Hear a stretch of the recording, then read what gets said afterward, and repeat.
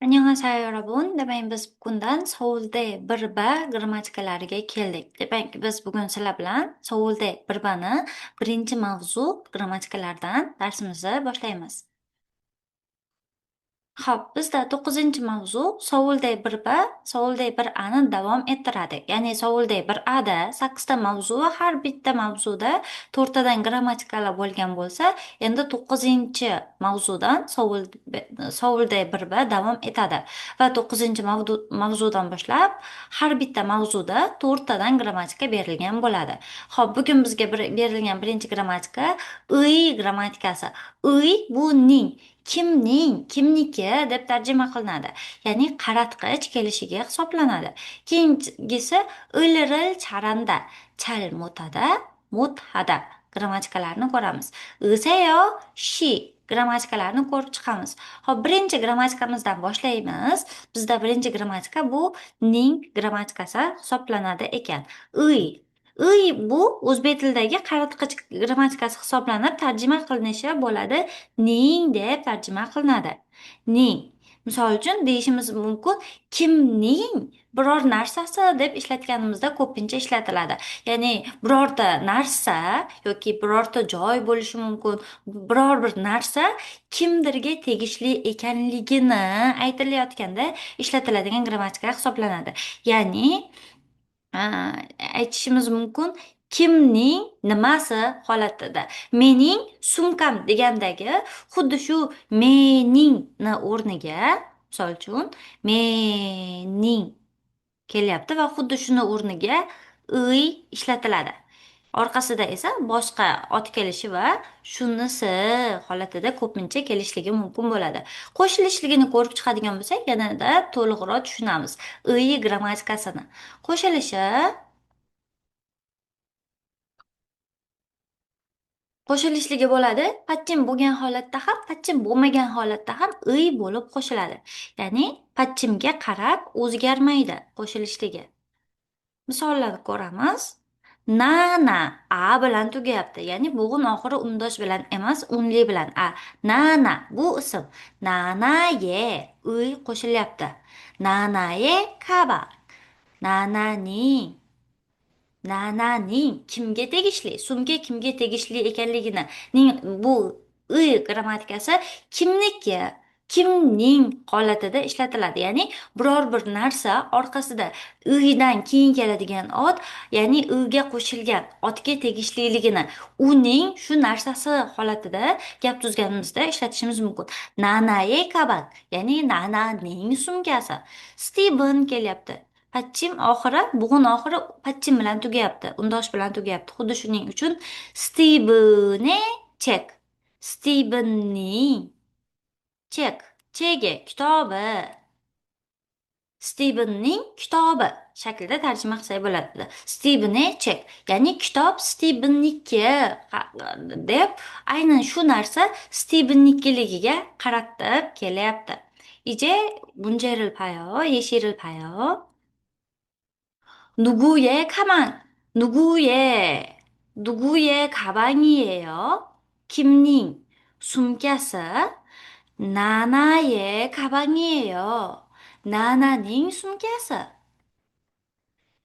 저 사람은 누구예요? Who another adam. kim so'rayapti. 내 친구예요. Yani 나의 친구예요. mening do'stim. Yani do'st mana shu meniki bo'lyapti. 민수 씨도 우리 학교의 학생이에요. 민수 씨 ham bizning maktabimizning 학교의 학생이에요. Bizning maktabimizning o'quvchisidir holatida tarjima qilib kelinadi. Endi grammatikasi ko'pincha holatda tushib qolishligi mumkin bo'ladi. Ya'ni gapda ishlatilmay. Xuddi shuning uchun grammatikasi sizlarga yangilik bo'lganday tuyulishligi mumkin. Ya'ni og'zaki nutqda suhbatlashayotgan holatda grammatikasi tushib qolish holati juda ham ko'p uchraydi. Misol uchun, igo 누구의 가방이에요? hech qachon suhbatlashganda igo 누구의 가방이에요? holatida ishlatishmaydi. 이거 누구 땡 tushdi 가방이에요? 이거 누구 가방이에요? 의 bo'lmasa ham u bordek tarjima qilinadi. 누구의 가방이에요? This is ham to'g'ri bo'ladi. 누구 가방이에요? This is ham to'g'ri bo'ladi. ning, kimning sumkasi. Endi ishlatilishi mumkin. Grammatikasi faqatgina yozma tartibda, suhbatda ishlatmaslikka harakat qiling. 나나의 가방이에요. 나나ning sumkasidir. 나나 가방이에요. 나나ning sumkasidir. Suhbatda bir xil ishlatiladi, tarjima qilinadi. Lekin ishlatilmasa ham bir xil tarjima qilinishligi kerak bo'ladi. Endi ko'ramiz. Misol uchun cho, noga grammatikasi qo'shilganda o'zi aslida naye, choye, noye bo'lishi kerak. O'zi aslida qoidaga munosib. Bunaqa yozma holatda bunaqa ishlatishingiz ham mumkin. Lekin ko'pincha holatda, og'zaki holatda yoki ko'p yozma shaklda ham ishlatiladi. Naye tipni o'rniga, nayeni o'rniga ne ko'proq ishlatiladi. Ne. Naye nega o'zgaradi? Noye niga o'zgaradi. Ochiq e bilan yozilgan ne to'g'ri, lekin biz uni ni, deb talaffuz qilamiz. Ni irim, ni irim. Bu talaffuzda, yozmada emas. Yozmada mana bu shaklda yozishingiz kerak bo'ladi. Choy pan bizning choy pan mening xona choy che holatida ishlatsangiz bo'ladi. Ya'ni nayeni ne, choyani ni, choyani che, noyeni ni holatida talaffuz yozishimiz mumkin bo'lar ekan. Xo'p, grammatikasi demak qaratqich kelishligi kimning nimasi yoki qayerning nimasi holatida ishlatganimizda foydalanamiz ekan bu grammatikadan. Ikkinchi grammatika ilril charada, ilril mudhada grammatikasi bo'ladi. Endi men buni bo'laklarga bo'lib tushuntirib beradigan bo'lsam, yanada tushunarliroq bo'ladi. Xo'p, ko'rib chiqamiz bu yerda. Ilril ilril ni deb tarjima qilinadi, ya'ni tushum kelishiga hisoblanadi. Ilril tushum kelishiga. Ya'ni biror narsa qilmoq fe'ldan oldin tushum kelishiga har doim ilril grammatikasi har doim fe'l va sifatdan oldin ishlatilishligi mumkin bo'ladi. Xo'p, ko'ramiz. Ilril chalhada. Chal degani yaxshi bo'ladi, chal. Aytamiz chalchineyo deb aytamiz. Hada esa qilmoq. Chalhada yaxshi qilmoq, yaxshi bajarmoq bo'ladi. Biror bir narsani yaxshi bajarmoq. Misol uchun men aytishim mumkin, suobil chareyo. Darsni yaxshi qilaman. Holatida siz yaxshi suyong suzish bo'lsa, suyongil chareyo. Suyongil chareyo. Suzishni yaxshi qilaman deb ishlatasiz. Ya'ni siz biror bir narsani yaxshi bajarganingizda ilril chalhadadan foydalanasiz. Endi ilril ni chalmut. Mut esa qilolmaslik grammatikasi kelgan edi. Chalmut bo'lsa qanday bo'ladi? Yaxshi qilolmayman. Umuman qila olmayman emas, yaxshi qila olmayman. Shu ishni bajara olaman, lekin chalmutayo yaxshi bajara olmayman holatida ishlatishingiz mumkin. Endi mudhada esa umuman mut bo'lganligi uchun, qila olmaslik bo'lgani uchun ilril mudhada ni umuman qila olmayman holatida keladi. 저는 수영을 잘못해요. 수영을 해요. 근데 잘 못해요. 저는 수영을 아예 못해요. 수영을 못해요. 란 잘못해요는 farqi shuki, 잘못해요. yaxshi qila olmayman. 해요. 근데 잘못해요. 못해는 달라요. 못해요 esa boshqacharoq. umuman 못해요. 아예 못해요. Xuddi shu holatda ishlatishimiz mumkin bo'ladi. Endi qo'shilish holatligini ko'rib chiqamiz. Ilrili qo'shilishini biladigan bo'lsak, buni qo'shilishini ham, ya'ni bemalol tushunib olishimiz mumkin bo'ladi.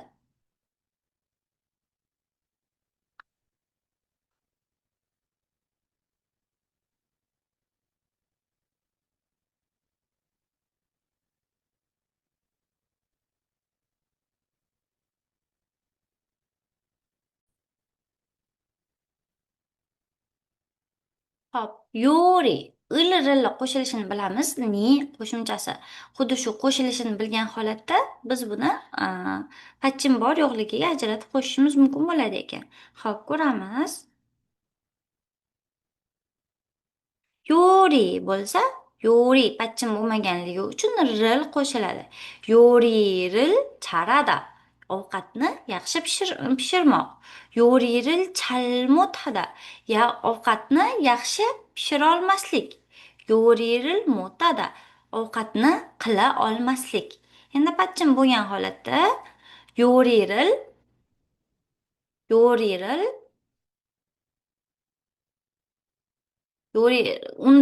undong bo'lsa, bu pachim bor. 운동을 잘하다. 스포츠는 yaxshi qilmoq. 운동을 잘못하다. 운동은 스포츠는 yaxshi qila olmaslik. 운동을 못하다. Sportni umuman qila olmaslik holatida ishlatiladi. Endi misollarga keladigan bo'lsak, 이제 예시를 봐요, 여러분. 마리코 씨는 뭐를 잘해요? 마리코 씨는 뭐를 잘해요? 마리코 씨 nimani yaxshi bajara olasiz? 마리코 씨는 요리를 잘해요. 마리코 씨 ovqat qilishni yaxshi bajaradi. Ovqatni yaxshi qiladi. 샤오밍 씨는 운동을 잘해요. 샤오밍 씨 스포츠는 잘해요. yaxshi bajaradi. 저는 수학을 잘 못해요. 저는 수학, bu matematika bo'ladi. Men matematikani 잘 못해요. yaxshi bajara olmayman. 동생은 노래를 잘하지만 ukam 노래를 qo'shiqni 잘하지만 yaxshi aytadi. Biroq men 노래를 잘 못해요. Biroq men qo'shiqni 잘 못해요. yaxshi ayta olmayman. 그 노래를 해요. 근데 잘 못해요. 저는 수영을 못해요. Man suyuqni qila olmayman. Ya'ni suza olmayman shaklda ishlatiladi. Demak, o'lri charada, bo'tada grammatikasini tushunib oldik. Endi biz tushunishimiz keyingi grammatika bizda iseyo grammatikasi otga qo'shiladigan iseyo grammatikasi edi. Endi biz bu grammatikani fe'lga qo'shilgan holatini o'rganganimizda seyo grammatikasi bu buyruq hurmat shakl edi. Endi otga qo'shilganda esa bu faqatgina hurmat shakli hisoblanadi. Xo'p, ko'rib chiqamiz. Qanaqa holatda qo'shiladi? Buni qo'shilishidan oldin ida grammatikasini men sizlarga tushuntirib berishim kerak.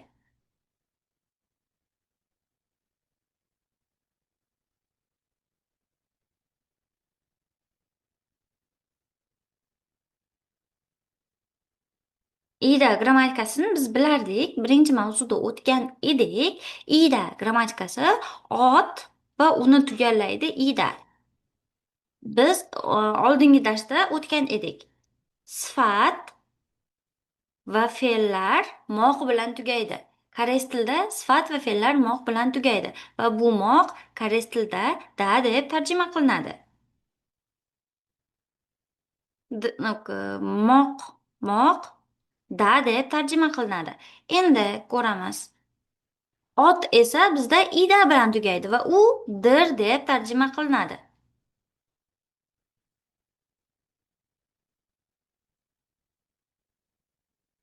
Va u dir.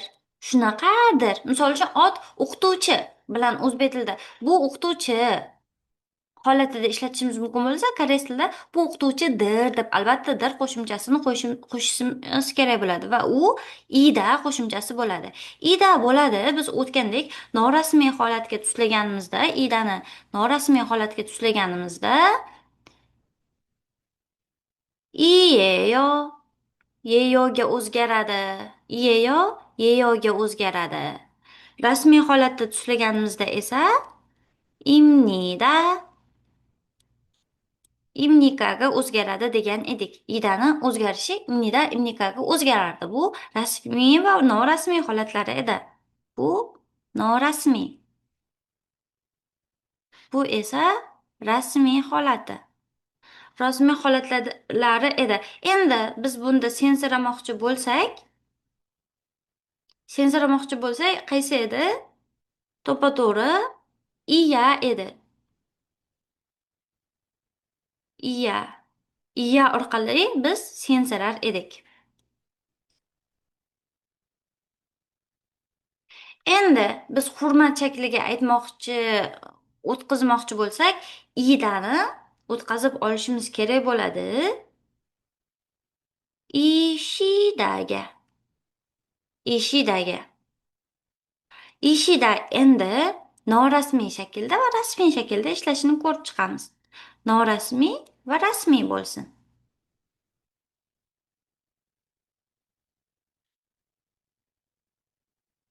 Mana bu yerda ota bu. Norasmiy va rasmiy bo'lsin. Ishida bu da qo'shimchasi moq qo'shimchasi hisoblanadi-da. Da qo'shimchasi dir qo'shimchasi yoki moq qo'shimchasi hisoblanadi-da. Shi esa bu hurmat shakli hisoblanadi. Hurmat. Demak, otga hurmat shakl qo'shilishligini ko'rib chiqarganmiz. Norasmiy shaklda bo'ladi. Norasmiy shaklda bo'ladi. Bu ish ishoyo yoki ishoyo bo'ladi. Yoki iseyo.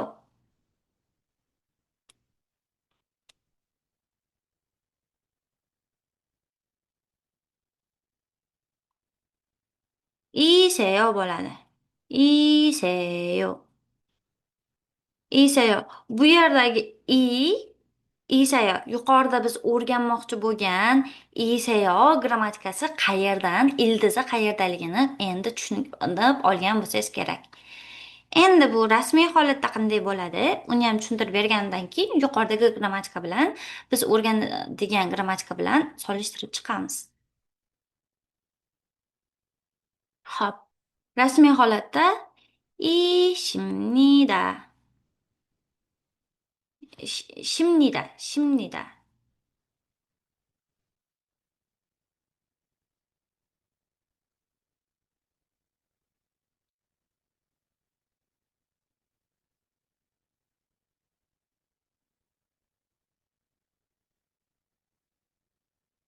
Shimnida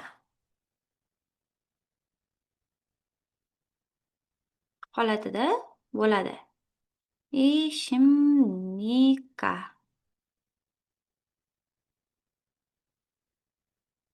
Xuddi shu holatda qo'shilishligi mumkin bo'ladi. Bu rasmiy holati, bu norasmiy holati. Biz o'rganishimiz kerak bo'lgan narsa isayo. Bugun o'rganishimiz kerak bo'lgan isayo grammatikasi, ya'ni otga qo'shiladigan isayo grammatikasini ildizi ko'rib turibsiz, qayerdan kelib chiqyapti. Ya'ni buni ildizi mana bu yerdan kelib chiqyapti. Ishida, ya'ni idani hurmat shakli ishida bo'ladi. Bu hurmatdir qo'shimchasidir. Ya'ni otni tugallovchi qo'shimcha bo'ladi. Norasmiy holati ishoyo holatida yoki iseyo holatida qo'shilishligi mumkin bo'ladi. Endi qo'shilishini ko'rib chiqamiz. Misol uchun ida mana bu yerda beryapti. Ida bu talaba, talabadir. Umuman tushlanmagan holati bo'ladi. Oddiy, oddiy holati talabadir. Bu norasmiyga ham, rasmiyga ham tuslanmagan. Umuman tuslanmagan holati bo'lsa, hakseng iyeyo. Bu norasmiy holatda o'quvchidir tuslangan holati. Endi pastdagi esa hurmat shakliga, hurmat norasmiy shaklga tuslangan holati hisoblanadi. Hurmat. Mana bu se qo'shilganligi uchun endi haksangi pastdaginda yuqorida men aytgan qoidaga ko'ra bo'lsa, bu bo'lishi mumkin haksengi shoyu holatida aytishimiz ham mumkin bo'ladi. Haksengi seyo yoki haksengi shoyu holatida aytishimiz ham bu mumkin bo'ladi. Endi ko'rib chiqamiz patchim bo'lgan holatda va patchim bo'lmagan holatda qanday qo'shilishligini. Xo'p. Patchim bo'lmagan holatda seyoni o'zi qo'shiladi. Seyoni o'zi qo'shiladi. Misol uchun omoni seyo. Omoni seyo. Onamdir shaklida. Patchim bo'lgan holatda esa iseyo bo'lib qo'shiladi. Hesavon firma xodimi bo'lsa, firma xodimi bo'lsa, hesaboniseyo. Hesaboniseyo. Bank xodimi, e, firma xodimidir yoki hesaboni shoyo holatida qo'shilishligi mumkin bo'ladi. Shoyo. Yogi sodo to'qatayo, bu yerda ham bir xil. Omoni shoyo holatida qo'shilishi mumkin bo'ladi. Yo shoyo yoki seyodan foydalanishingiz mumkin. Endi misollarni ko'rib chiqamizda. 이분은 우리 어머니세요. Bu kishi mening 어머니세요. onamlardir. Yoki 어머니 쇼요 deb ketgan bo'laveradi. 아버지는 회사원이세요. Odam firma xodimilar holatida hurmat shaklida aytadigan bo'lsak, endi buni 회사원이 shoyo deb ketsak ham bir xil hurmat shakli bo'ladi. Endi keyingi misolni ko'ramiz. 저분은 박 선생님이세요? anavi kishi pak 선생님lar, pak 선생님이셔요 deb ishlatsangiz ham bo'ladi. 아니요, 김 선생님이세요. yo'q, Kim 선생님이 shoyo deb aytib ketsangiz ham bo'ladi. Xo'p, ko'ramiz. Endi hurmat shakli bo'lyapti bu. Endi shidani ishlatilishligi nimani pastda berilgan. Ya'ni sizlarga tushuntirib berdim. Hozir tushuntirib bergan narsamni pastdagi qoidada berilgan. Hozir mana o'zim o'quvchilarim ko'rayotgan bo'lsanglar, kitoblar berilgan, ya'ni hozir PDF varianti tayyorlab qo'yilgan, xuddi shularni berilgan. Kitobni chiqarib olgan holatda birga ko'rib chiqadigan bo'lsangiz, yanada yaxshiroq bo'ladi o'zingizga. Xo'p, ot bilan tugasa, ya'ni patchim bilan patchimsiz tugaydigan bo'lsa, patchim bo'lmagan holatda shossaya bu o'tgan zamon holati. Patchim bilan tugaydigan bo'lsa, shossaya bu o'tgan zamon holati xuddi shunday bo'ladi. Ya'ni 선생님이 shossaya ustoz edilar. 학생이셨어요? talaba edingizmi? 의사셨어요? shifokor edingizmi? shossaya shifokor edilar. 부모님이셨어요? ota-onangiz edilar holatida hurmat shaklida ishlatiladi va o'tgan zamonda shossayo holatida ishlatishimiz mumkin bo'ladi. Hozirgi zamonda esa iseyo yoki ishoyo. Bu hozirgi zamon bo'lsa, o'tgan zamon holati shossayo. Shossayoda esa seyo va shoyo hozirgi zamon holati bo'lsa, shossaya o'tgan zamon holati bo'ladi. Endi shi dani qo'shilishini ko'rib chiqdik, otga qo'shilishini ko'rib chiqdik. Endi sifat va fe'lga qo'shilishini ko'rib chiqamiz. Ya'ni ba'zi bir fe'l va sifatlar bor, ularni alohida hurmat shakllari bor, lekin ba'zi bir va sifat va fe'llarni alohida hurmat shakliga o'tkazishimiz kerak bo'ladi. Ya'ni cho'ndanma shakliga o'tkazishimiz kerak bo'ladi. Bizdan darajasi yuqori bo'lgan, mavqei yoki yoshi yuqori bo'lgan odamlarga nisbatan biz hurmat shaklida mulozamat ko'rsatib gapirishimiz kerak bo'ladi. Buning uchun biz sifat va fe'llarni dadan oldingi bo'g'imiga shini qo'shib berishimiz kerak. Ya'ni sifat va fe'llarimiz boyaginda aytdim, bizda ot otga ida qo'shilsa, sifat va fe'llarimizga o'sha qo'shilishi shart emas. Ularni hammasi o'zi da bilan tugaydi. Va da tarjima qilinadi moq deb tarjima qilinadi da. Xuddi shu moqni oldiga hurmat shaklini qo'yishimiz kerak bo'ladi. Hurmat shaklini qo'yishimiz uchun bizga shi yordamga keladi. Ya'ni dadan oldingi qismga shini tushishi bilan hurmat shakli hosil bo'ladi. Qanaqa holatda ko'rib chiqamiz? Misol uchun, aytishimiz mumkin. Moqta deylik. Moq, ye, moq. Ya'ni moqta bo'lyapti. Xuddi shu yemoq. Xuddi shuni o'rniga moqta o'zi asli tishidaga o'zgaradi. Tishidaga o'zgaradi. Bu yerga shini qo'shishimiz kerak. Shini qo'shishimiz kerak bo'ladi. Agarda lekin ba'zi bir otlarimiz, fe'llar va sifatlarimiz bor, u o'zi hurmat shakli bilan birgalikda bo'ladi. Xo'p, hurmat shakli bo'lmagan fe'lni ko'rib chiqamiz. Hurmat shakli bo'lmagan alohida bu deyishimiz mumkin bo'ladi. Mm, Katta, katta bo'lsin. Katta.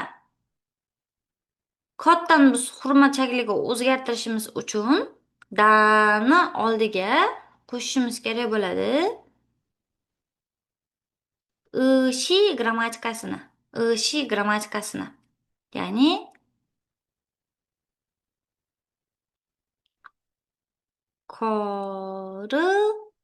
korishida shakli hosil bo'lishi kerak bo'ladi. Xuddi shu shakl orqali biz shini qo'shilishligi orqali yoki shini qo'shilishligi orqali hurmat shakli hosil qilamiz. Shi qo'shilmagan qismi oddiy shakl. Oddiy shakl, shi qo'shilgan esa yuqori hurmat shakli hisoblanadi. Endi bu patchin bo'lgan holatda bo'ldi. Patchin bo'lmagan holatda kadani olaylik. Patchin bo'lmagan holatda kada bo'lsin. Va uni biz hurmat shakliga o'tkazishimiz kerak. Chunki bu oddiy shakl bo'lyapti. Oddiy shakl bo'lyapti. Biz buni hurmat shakliga o'tkazishimiz kerak. Buning uchun biz nima qilamiz? Ka va o'rtaga shini qo'shishimiz kerak bo'ladi. Kashida. Kashida. Shi orqali da va dani oldi qismiga shini qo'shilishi orqali biz hurmat shaklini hosil qilyapmiz. Hurmat shaklini hosil qilyapmiz. Xuddi shu tarzda biz oddiy sifat va fe'llarni hurmat shakliga mana shu holatga olib kelishimiz mumkin. Oddiy sifat va fe'lni biz hurmat shakliga olib kelishimiz mumkin bo'ladi ekan. Endi qo'shilishligini ko'radigan bo'lsak,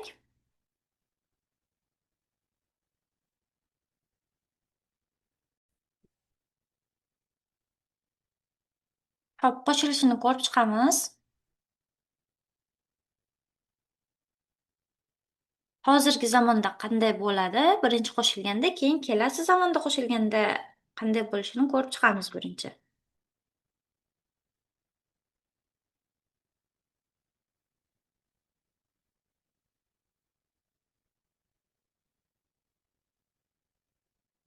Hop, 친절하다 kelyapti, hada kelyapti, da tushadi-da. O'zi aslida mana bu yerga shi qo'shiladi va unga oyo qo'shilganda seyo paydo bo'ladi.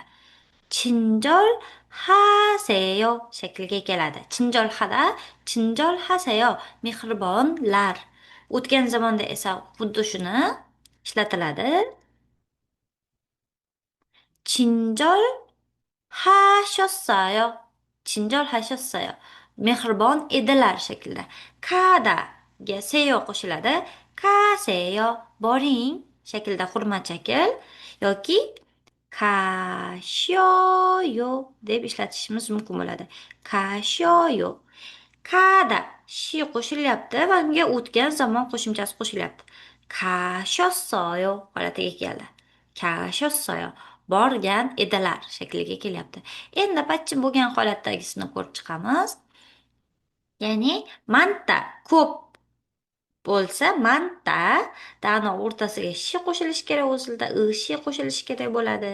Qoidaga muvofiq bo'lsa, shi seyo shakliga o'zgaryapti. Mani seyo ko'p edilar. Endi o'tgan zamon shakliga aytganda xuddi shu mana aytgan ishi qo'shiladi va unga ossayo qo'shiladi. Ya'ni mani shossayo shakliga keladi. Mani shossayo.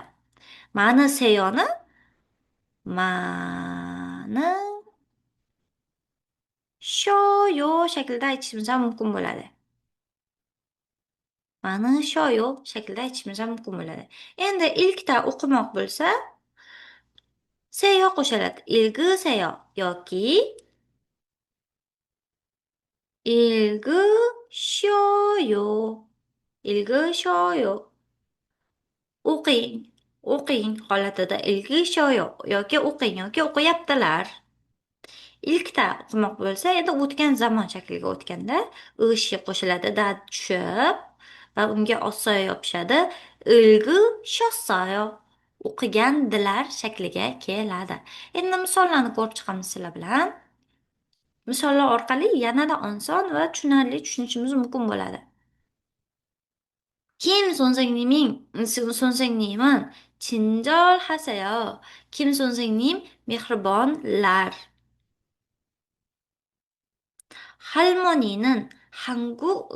할머니는 친구가 많으세요. 부부는 dostları ko'p. 선생님, 어디에 가세요? ustoz, qayerga ketyapsiz? Ya'ni 가세요 shaklida qayerga keting holatida ishlatmayapti. Ketyapsiz hurmat shaklida ishlatilyapti. 저는 집에 가요. uyga ketyapman. 김 선생님, 지금 책을 읽으세요. 읽으세요. hozir Kim 선생님 kitobni 읽으세요. o'qiyaptilar. 사장님은 어제 중국에 가셨어요. 계좌 사장님, Xitoyga 가셨어요. ketdilar. 지금 댁에 안 계세요. hozir uylarida emaslar. 이따는 hurmat chekli keshida bo'ladi. Xo'p, 어머니는 어제 비빔밥을 드셨어요. kecha oyim bibimbapni 드셨어요. yedilar holatida ishlatiladi ekan.